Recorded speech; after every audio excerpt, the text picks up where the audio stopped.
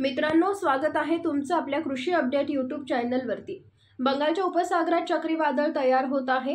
काय आहे संपूर्ण अंदाज पाहण्यापूर्वी आपल्या कृषी अपडेट यूट्यूब चॅनलला सबस्क्राइब करून बेल आयकॉन प्रेस करा।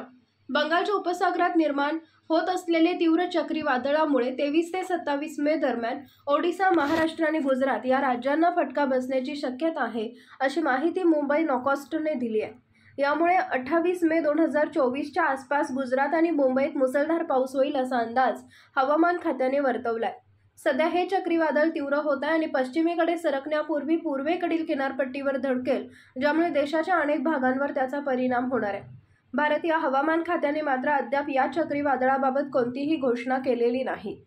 दरम्यान हवामान विभागाने 23 मे पर्यंत अरुणाचल प्रदेश, आसाम, मेघालय, नागालँड, मणिपूर, मिझोराम, त्रिपुरा आणि इतर राज्यांमध्ये हलक्या पावसाचा अंदाज वर्तवला आहे।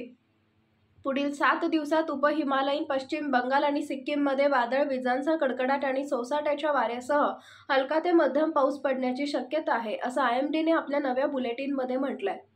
तामिळनाडू, कर्नाटक, पुदुच्चेरी, केरळ, आंध्र प्रदेश, तेलंगणा आणि लक्षद्वीपमध्ये 23 मे पर्यंत हलका ते मध्यम पाऊस, गडगडाट, विजांचा कडकडाट आणि सोसाट्याचा वारा येण्याचा अंदाज हवामान खात्याने वर्तवलाय। हवामान तज्ज्ञांच्या म्हणण्यानुसार 2 आठवड्यांच्या अंदाजानुसार बंगालचा उपसागर आणि अरबी समुद्रावर एक नव्हे तर दाबाचे 2 पट्टे निर्माण होण्याची शक्यता आहे। अरबी समुद्रावर 22 मे पर्यंत कमी दाबाचा तर बंगालच्या उपसागरावरही 23 मे पर्यंत कमी दाबाचा पट्टा निर्माण होऊ शकतो।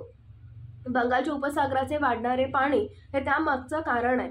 चक्रीवादळ तयार होण्यासाठी सामान्यतः समुद्राच्या पृष्ठभागाचे तापमान 26.5 अंश सेल्सिअस असते।